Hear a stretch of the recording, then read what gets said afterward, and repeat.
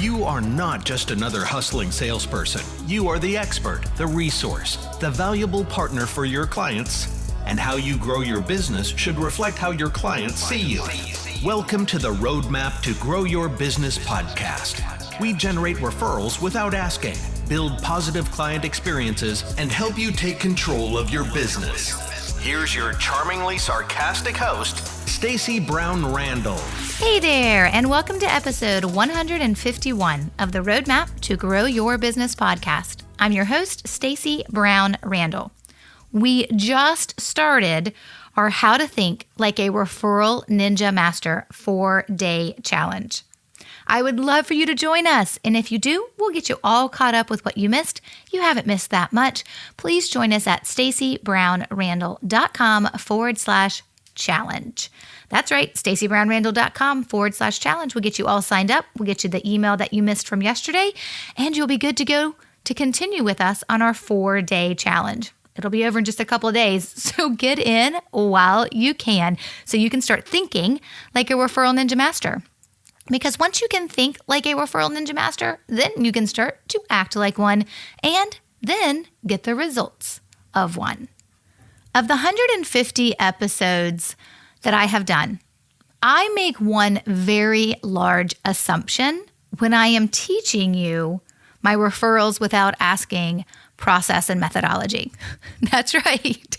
I make a huge assumption.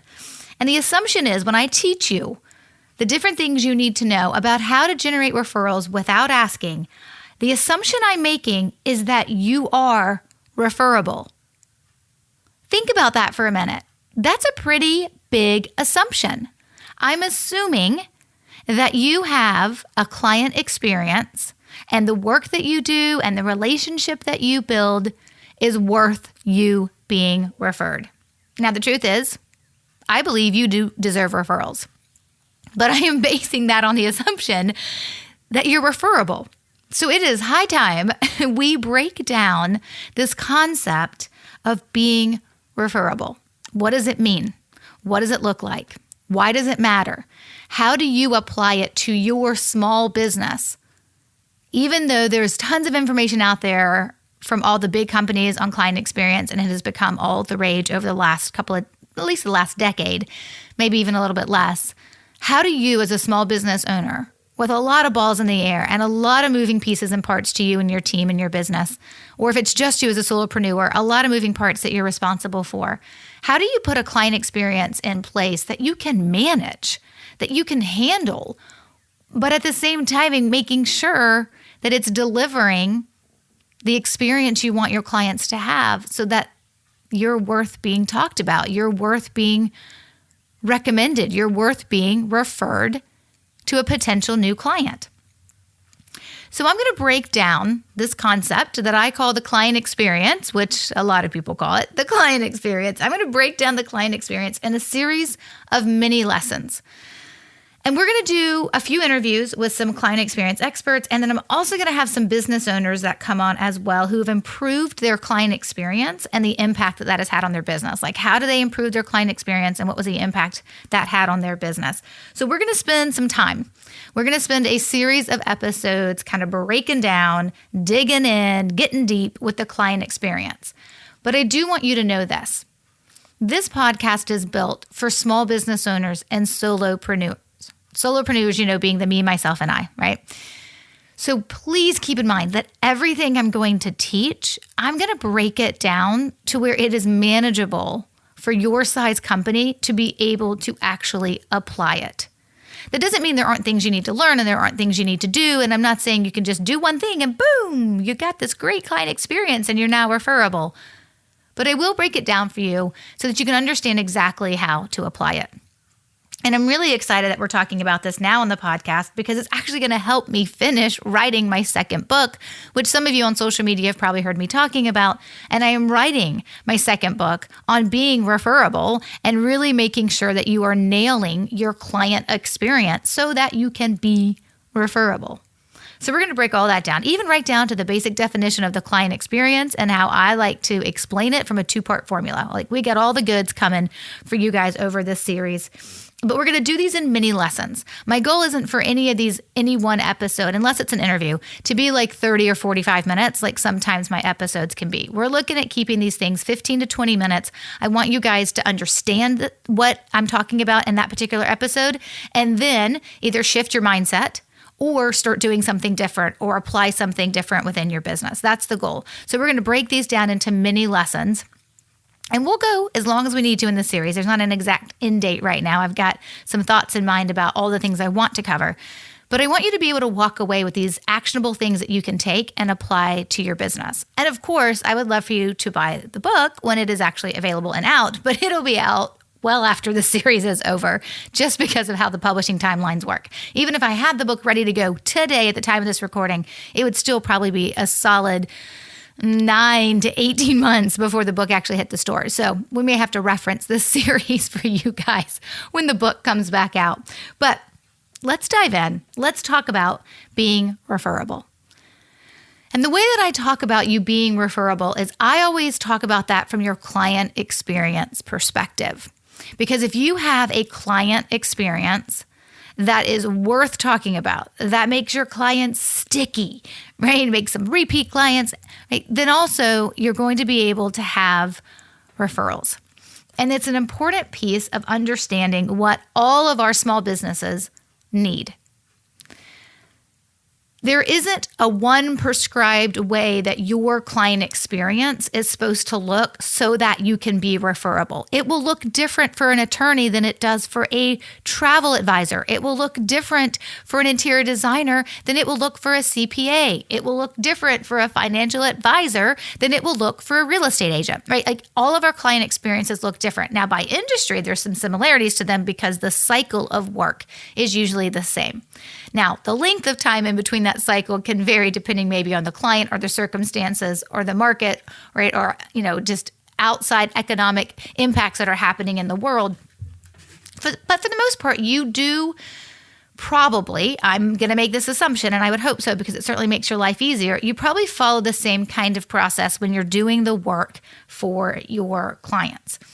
But we're going to talk about how you make that better. And we're going to talk about it from a process improvement perspective, but also from a connection perspective so that you can connect better with your clients, which is going to allow you to become more referable. So let's talk about, first and foremost, the changing landscape of the client experience. Now, don't worry. I'm also going to, not in this episode, but I'm also going to break down like what is the client experience, right? I know that's really, really important. We need to talk about what is the client experience. We'll talk about how customer service isn't the same as client experience. We'll talk about like why you should care about the client experience, like the bottom line impact from it as well. And then we'll dig into talking about your current client experience. And then I'll break down the stages of the client experience. And then we'll talk about some tactical, practical things to do within each stage that will improve your client experience and help make you more referable. So there's a lot. We got a lot coming up in this series. We're going to break it all down. So let's dive in to the changing landscape of the client experience for this episode. The truth is, the client experience has kind of always been a part of how we do business. We didn't always call it that, and we didn't always understand it as well as we do today. But really, one of the reasons that the client experience has kind of come to the forefront is because our clients have really evolved, right? And they have different expectations from the companies that they choose to do business with. And I would say we've also progressed past like the old school way of doing business. And if you think about like old school way of doing business, meaning you just provide a good product at a reasonable price and your customers or your clients will buy from you, right? We've kind of evolved past that. I mean, when you think about our buyers, our clients, our customers are evolving, right? They have evolved past like buyer beware, right? And they have started to have expectations of how they would be treated and how their needs would be anticipated, how their expectations would be met without even knowing they had those expectations, having their questions answered before they even knew that they were questions. These are all important components, right, in terms of how a client starts to judge a company or business by how they feel when they're doing business with them. So evolving past just buyer beware, make sure you have all the information, and really starting to pay attention to how they're treated. The clients' feelings and perceptions of a company, not just price and product performance, which are still important, right? But the clients' feelings and perceptions of a company, not just price and product performance, have started to have the biggest impact on their loyalty. And it is at the heart of loyalty, of being loyal to your business, that allows them, right, to say great things about you in the marketplace, to be a repeat client if that's how your business is set up for your clients to come back to you. And of course, referrals, the holy grail of all the things with business development and sales that I want you to be able to get. And what's happened as our, buyer, our client, our customer has evolved, over time, companies have started to recognize the expectations that our clients have. And there is this definition of the client experience that has surfaced.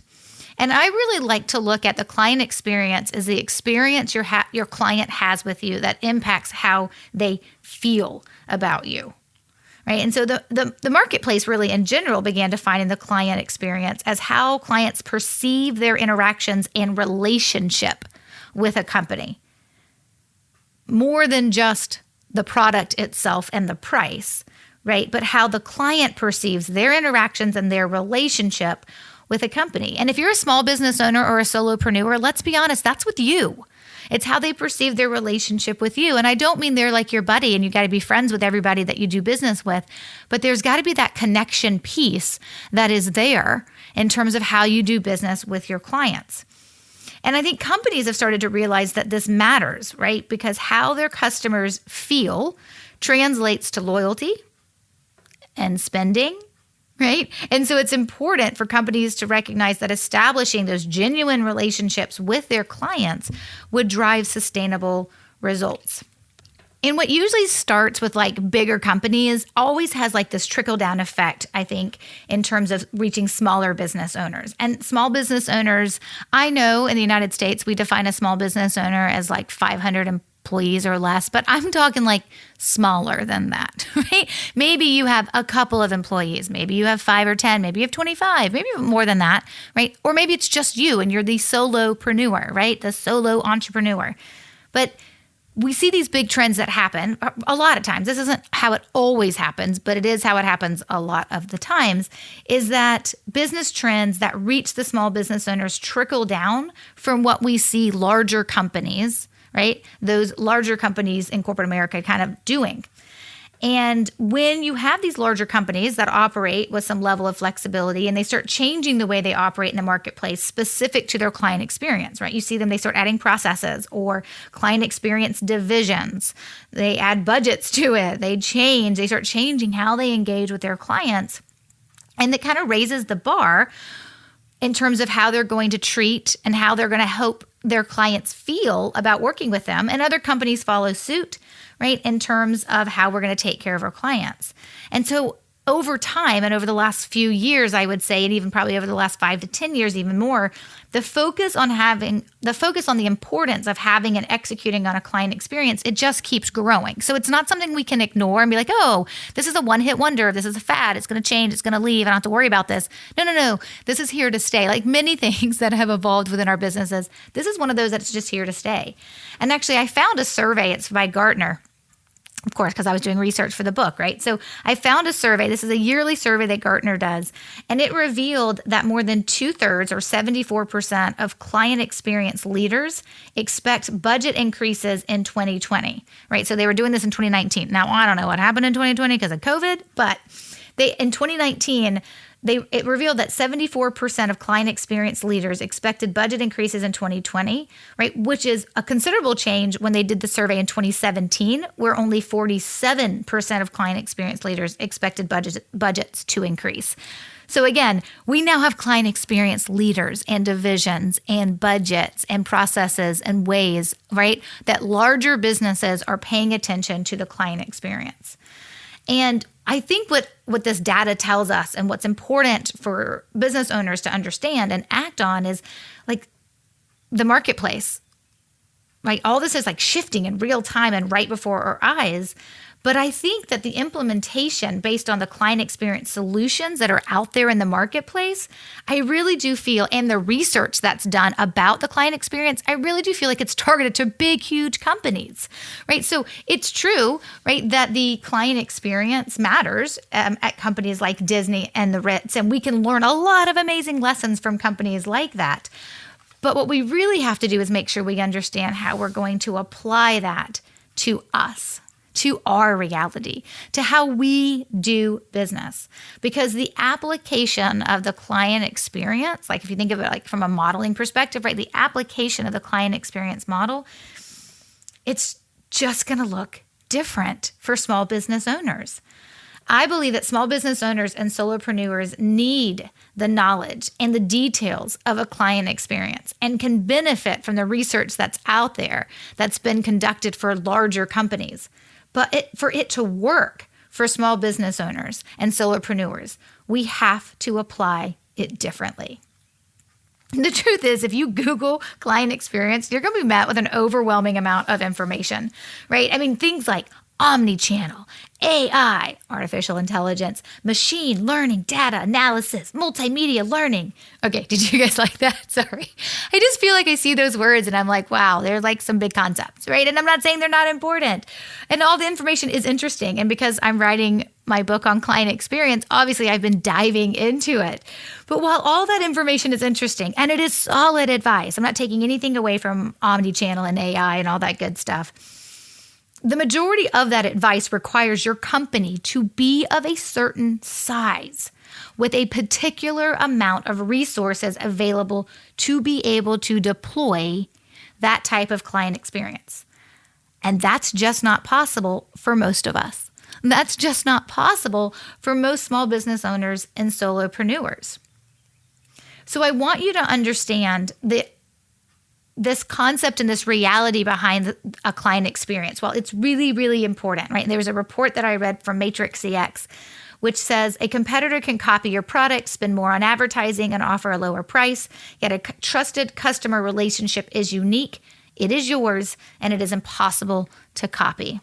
That's what I want you to get out of this. So yes, there's a lot of information out there about the client experience, and it is mostly targeted, in my personal opinion, it is targeted to huge companies, big companies, at least companies with like hundreds and hundreds and thousands of employees.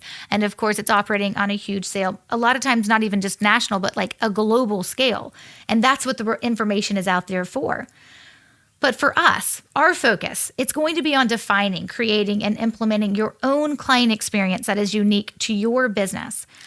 But it's going to be an experience that you can handle, that if you have a team, you can teach to your team, and that you can execute on each and every day when you bring on a new client. You don't need fancy or complicated or even high tech, but heartfelt and impactful. Maybe tech will be a part of your client experience. It certainly is going to drive some efficient client processes. I mean, I'll talk about some of the software things and the different types of tech that I use to support my client experience. There's definitely some things that make your life easier, but it doesn't need to be high tech, right? You may infuse it where it's appropriate. But our goal is to build a client experience that doesn't overwhelm you, but the one where you can build it and then make it work.